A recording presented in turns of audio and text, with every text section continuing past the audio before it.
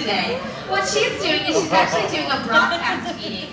And that essentially means that she's broadcasting food across the tank. She might feed certain individuals with her hand, and you'll see that stingrays will actually cooperate fairly well with that. And that's just to ensure that every animal is getting all the nutrients that they need to. In a big tank with a lot of different animals that have a lot of different personalities, you can get issues when it comes to people getting enough food. So as an aquarist here, she makes sure that everyone gets the right amount, proper amount of food throughout the days. Now you're going to see the stingrays mostly swimming along the bottoms, and the ones that I like to point out the most are the cownose rays, because they're very distinguishable from the other rays. These rays get their names from the flaps on their nose that open and close while looking for food. You'll see about 15 to 70 of them in here, all kind of gathering around the spot where Lisette is broadcast feeding. When they move towards the bottom, they open those flaps and actually use them to find food.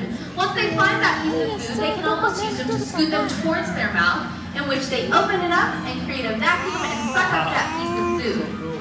These rays are actually designed to swim more in the open water than some of the other stingrays you might see. The cownose rays you can see swimming in schools of up to 10,000 in the wild. The other rays we have in here consist of our mangrove whiptail rays, which are the big black rays with a long white tail. Now where they get their name from is one from their tail that looks similar to a whip compared to the rest of their body, and two because the babies will actually grow up in the mangrove roots. Now if anyone's doing the quiz trail or is reading the fin facts on the wall, you may have learned exactly what the mangroves are, and if you don't know a lot about the mangroves but have any interest in learning a little bit more, right in this room we've got a lot of information about those. We also have our blue spotted rays. Now the blue spotted rays, there's two kinds of rays in here that have blue spots. And as common names go, they both share the common name blue spotted ray sometimes. What we call blue spotted rays here are the dark gray ones with the kind of pale blue spots. The ones that are yellow and have the bright blue spots we call ribbon tail rays. So if I ever refer to a ribbon tail, look for the round one with bright blue. And if I refer to a blue spotted, look for the gray with the light blue. Along with the stingrays, you're going to see a couple cousins of the stingrays. One is one of my favorite animals in the ocean, just like apparently stingrays, sharks, and everything else, the guitarfish.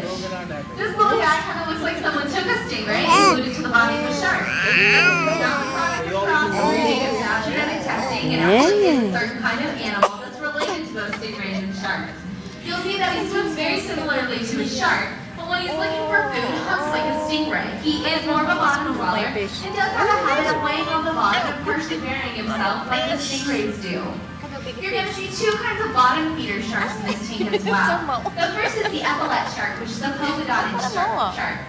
Polka dots are one of my favorite patterns, so I love looking at these guys and looking at the difference in patterns on them. You're going to see lots and lots of little dots and then two very large dots on the sides of their bodies. The two large dots are made to mimic false eyes. And what this does is it actually gives these little sharks a chance for survival if something were to attack them. Because a predator's instinct is to go after crucial parts of their prey, such as their eyes, having the false eyes allows them to go after a part that might not actually be their eye. Bye, Harumi. If a net that is attached there